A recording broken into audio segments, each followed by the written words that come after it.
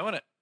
The structural chemist whose name I've forgotten asked, "What about those numbers 3, 5, and 8?" And I have an answer to that, which is that it's the fault of Christianity. The musicians use the number 1 in place of 0. Musicians can't deal with 0, or classical musicians can't. So this idea that the musical third is associated with the number 3, it's actually a musical second. It is 2 steps above the reference point, which is 0. So the truth is, the numbers that form a major triad are not 1, 3, 5, and 8. They are 0, 2, 4, and 7. And the number of notes in a musical octave is not 8. Even though it is called an octave, there are 7 pitches in that, and the 8th pitch is a repetition of the first one. And this has been confusing music theorists and composers ever since the spread of written music, which was, of course, an attempt to control the practice of Christianity, which was difficult to do because if you were in Rome trying to control what Christianity was, you had nothing to do except write things, and so there had to be a way of writing music, and so the Pope hires this guy named Guido somebody to... sorry. My understanding of music history, by the way, starts in about 1968 with the album "Switched on Bach" by Wendy Carlos, which got me started in this, and I'm vaguely aware that things happened before that, but my training is as a mathematician. So the numbers are not 3, 5, and 8. They are 2, 4, and 7. And they're not Fibonacci numbers at all. You can find Fibonacci numbers in music, but you have to look somewhere differently. As to the musical scale, the same sort of confusion also has come in because we think of the scale as being, well, of course, 1 through 8, and it's, of course, 0 through 7. But really, there are 12 notes in the Western scale. Not 13, as there would be if you counted the octave. And so in the when Schoenberg started working on what became serialism, the notes got renumbered correctly, 0 through 12, where 0 means no transposition and 12 means, that means go up to an octave, 0 through 11, of which there are 12. See, I'm falling into it now. All right. And the musical scale that we know, the major scale, is 0, 2, 4, 5, 7, 9, and 11. Those are numbers that 20th century musicologists know, right? And the reason those numbers are there are many possible ways of explaining that. One is the way, actually, the Christians borrow this from the Romans, this idea of the tetrachord. So do, re, mi, fa, and then so, whatever you say, G, A, B, what, and then, right? Those sound like they're the same thing, and you slap 2 of them together and you get a major scale. The major scale really isn't that. The major scale is the C major chord. I'm sorry, I don't know where C is, but call that the tonic. And then stick another triad on top of that. Sorry, and then stick a triad under it. And then you get... And then if you permute those down into an octave, you get the white keys on the piano. And that's all you need, right? Or at least that's all a mathematician needs. Other people might need other stuff. Or the other way of thinking about it is this. This is all about this Fibonacci sequence. So major scale, right? 0, 2, 4, 5, 7, 9, 11. That's also a rhythm, right? Oops, sorry.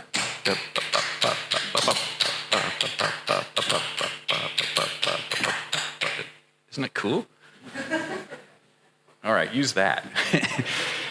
So actually, rhythmic structure and interval structures, you can transpose between one and the other, and it sounds cool when you do, and that is an incitement that I will offer you all. In order to jump back to what I was going to talk about, which I will now compress to 4 minutes, an idea that I got from Trevor Wishart, who, by the way, is, I think, one of the most interesting electroacoustic composers alive. He blamed, he's where I got the idea that the Pope and Guido together invented this method of mind control, which we call the musical scale.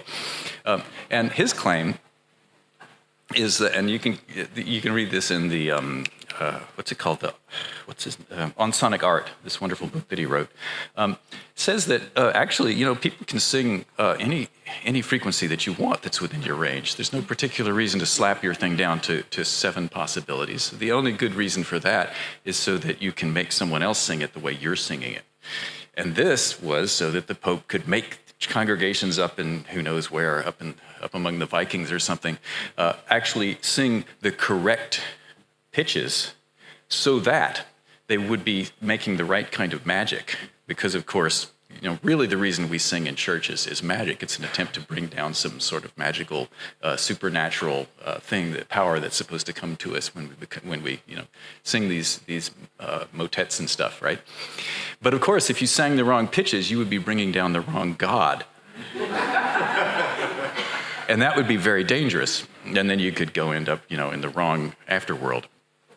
So that's what, and now we get to computers, or algorithms in general, which actually tend to be, at least historically, tend to be operations on discrete sets of symbols, because that's what computers also turn out to be very good at doing, and mathematicians too, I should say.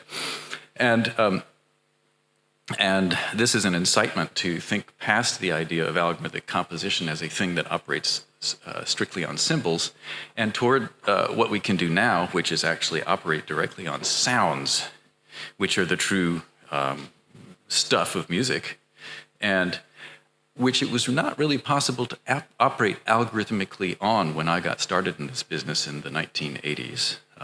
And so if you listen tomorrow to Voyager, you will hear an example of what people like George and I were able to do with symbols, with personal computers that ran at a megahertz or so.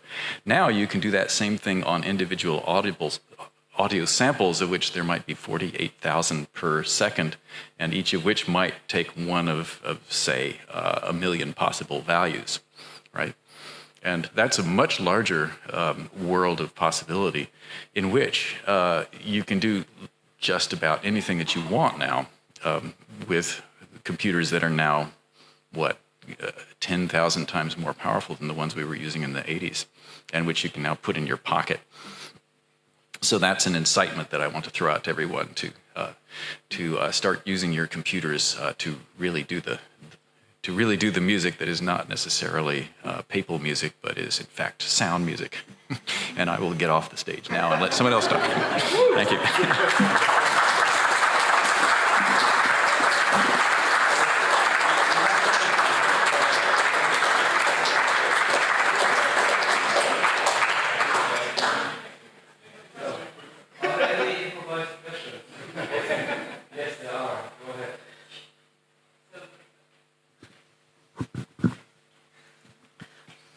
I understand the point that Christian religion has been, at least to some extent, responsible for spreading the Western diatonic scale.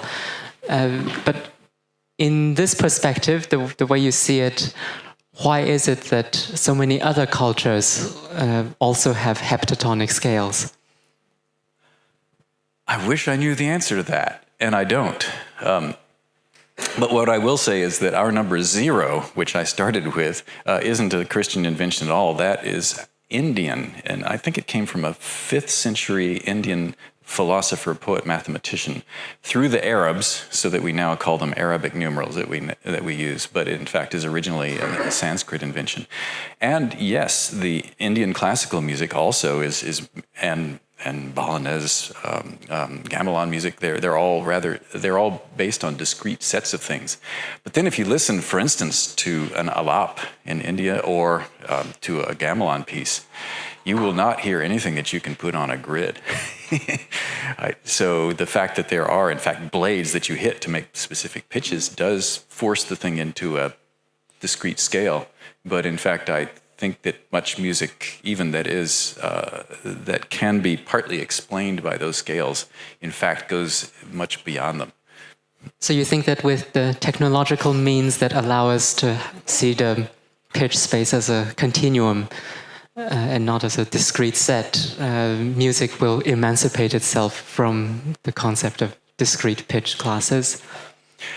Well, I don't think music will ever emancipate itself. We can emancipate ourselves from from things like that, right? And yes, not just pitch, but time, and most importantly, or most interesting of all, the quality of sound, the timbre of sound, which people can't really put numbers on at all, is a thing that computers can operate on in ways that I think can never be notated. Thank you. Yeah. And there was a... Right. Hello. In a recent conference of NVIDIA, the NVIDIA's CEO Jensen stated that don't teach children programming anymore, since the future is in natural language processing tools such as prompting, AI models, how to compose. What's your take on this, since you just advised everyone to work on computer music? Maybe it's not contradictory, of course. Yeah, I think this whole thing about generative AI is a crashing bore, and I hope it goes away real soon.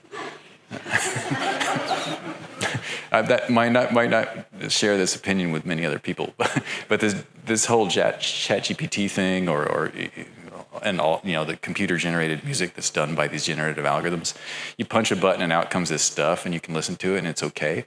And I don't think that's really where the practice of music is, personally. You can use these AI tools for all sorts of things if you can formulate the sort of problem that they are well adapted to. But I don't think generative applications of them are the interesting application that they can be put to, in fact. Optimization and search problems, yes. But that's a different thing. And there was a question, sorry, this is the structural chemist who got this thing started, whose name I've forgotten. Your improvisation on the Fibonacci series may have also could have triggered an association to the 22-step division of octave in earlier Indian music of the 5th century, which had been mentioned by a preceding speaker. This seems to be something at the same time very precise, 22-step division of the octave. Right. Which is a Fibonacci number plus I 1. I don't know. You might see. You might find a closer approximation to the golden ratios. Yeah. One would like to have an example of this very ancient music, but difficult to find. All right. Thank you very much.